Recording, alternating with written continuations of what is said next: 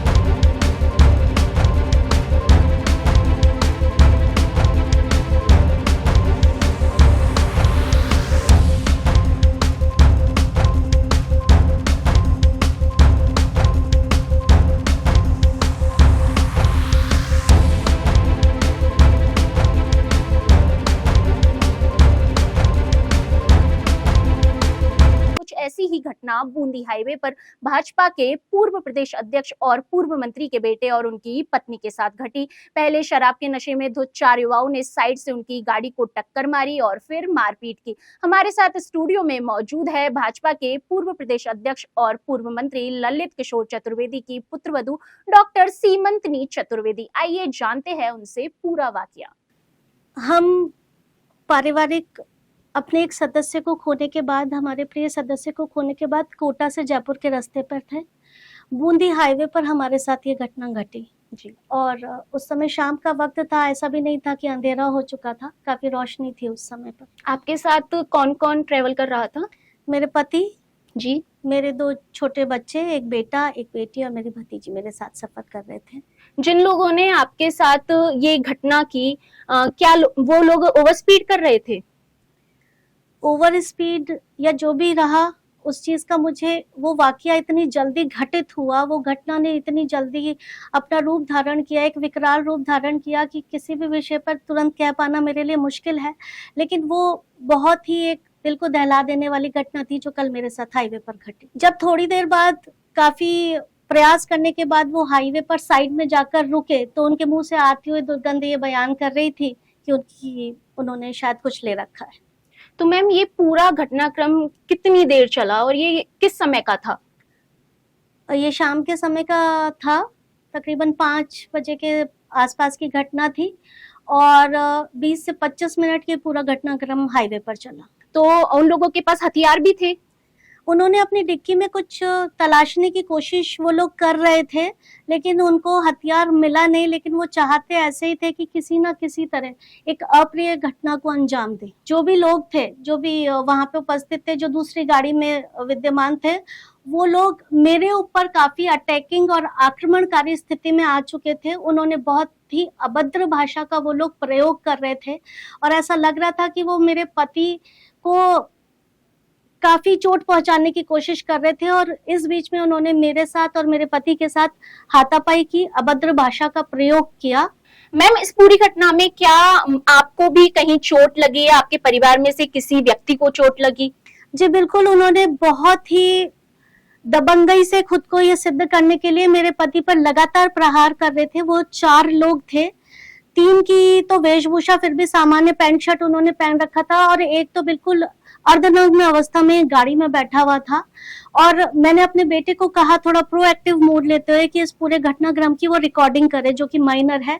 लेकिन जैसे उसमें से एक व्यक्ति ने देखा तो मेरे बेटे की ओर झपटा, उसने उसको धक्का दिया और मेरा मोबाइल छीन लिया। मैंने उनसे कहा कि आप मेरा मोबाइल वापस लौटाइए, लेकिन वो लगातार ये प्रयास कर रहा था कि मेरे मोबाइल में जो भी उसके खिलाफ वीडियो बने वो एनी हाउ उनको डिलीट कर दे, जो कि मैंने करने नहीं दिया। तो इस स्थिति में वो मेरे साथ मारपीट पे उतर आए। उन्होंने मुझे बोनट पे धक्का दिया, मेरे हाथ को मरोड़ा और काफी अब्यूजिव लैंग्वेज वो लगातार यूज करते रहे हमारे खिलाफ। ओके। और उन्होंने पूरा धमकी भरे लफ्जों का भी प्रयोग किया मेरे को, मेरे पति के प्रति और मेरे बच्चों के प्रति। जाते जाते भी वो हमें धमकी भरी भाषा का प्रयोग करते गए। मुख्य उद्देश्य केवल इतना नहीं है कि मैं अपनी एक्सीडेंट की घटना सुनाने आपके टीवी के सामने आई हूँ। मुख्य उद्देश्य क्या है कि हम क्या केवल इंतजार कर रहे हैं किसी घटना होने का कि जब हम स्टैच्यू सर्किल पे जाके कैंडल मार्च निकालेंगे? क्या एक महिला प्रोएक्टिव अप्रोच रखते हुए अपनी रक्षा का प्रयास करती है तो वो गलत है? क्या एक महिला पुलिस के सामने जाके बार बार उसे फरियादी बनना पड़ेगा? क्या ड्रिंक एंड ड्राइव के केसेस रुकने नहीं चाहिए? मैम, हमारे समाज में हम नारी सशक्तिकरण की बात करते हैं, हम नारी को दुर्गा का रूप मानते हैं, हम उसे पूजते हैं, लेकिन हम क्या देखते हैं, वो चाहे दिल्ली गैंगरेप केस हो या अभी हाल ही में हुआ कोलकाता का डॉक्टर मर्डर रेप केस, तो लोग प्रोटेस्ट कर रहे हैं, कैंडल मार्च निकाल रहे हैं। हम नारी सुरक्षा की बात करते हैं, पर हम क्या नारी को सुरक्षित समाज दे पा रहे हैं? आपके क्या विचार है इस पर? देखिए, मेरा ये मानना है कि धरना देना और कैंडल मार्च निकालना ही आपकी संवेदनाओं की पराकाष्ठा नहीं होती है। आप अपने समाज को, आप अपनी स्त्रियों को किस दृष्टि से देखते हैं? मेरे साथ जो वाकया हाईवे पर हुआ, उसमें जो उन 4 पुरुषों की मानसिकता थी एक महिला के तरफ से, वो कितनी विकृत मानसिकता थी। अगर हम उसे ही हवा देते रहेंगे तो वो एक दिन आग बनेगी और न जाने किसको जला कर रखेगी। तो केवल संवेदनाएं व्यक्त कर देना ही हमारा काम नहीं रह गया, हमें भी प्रोएक्टिव अप्रोच लेना होगा। हाँ, मैं ये सदैव कहती हूँ कि मैं एक भारतीय नारी हूँ, मैं दुर्गा हूँ, मैं चंडी हूँ, और जब जब समाज और मेरे बेटियों को मेरी आवश्यकता पड़ेगी, जिस तरीके से कल हुई थी, मैं लड़ने के लिए तैयार हूँ। लेकिन उसके साथ समाज का भी साथ चाहती हूँ, शासन प्रशासन का भी साथ चाहती हूँ, आप लोगों का मानसिक और शारीरिक रूप से भी साथ चाहती हूँ। आज तो मैं थी जो अपना चेहरा लेकर यहाँ पर स्टूडियो में उपस्थित हो गई। मेरे जैसी अनेक स्त्रियां ऐसी होती हैं जो कि स्टूडियो में आ नहीं पाती, अपनी बात नहीं कह पाती।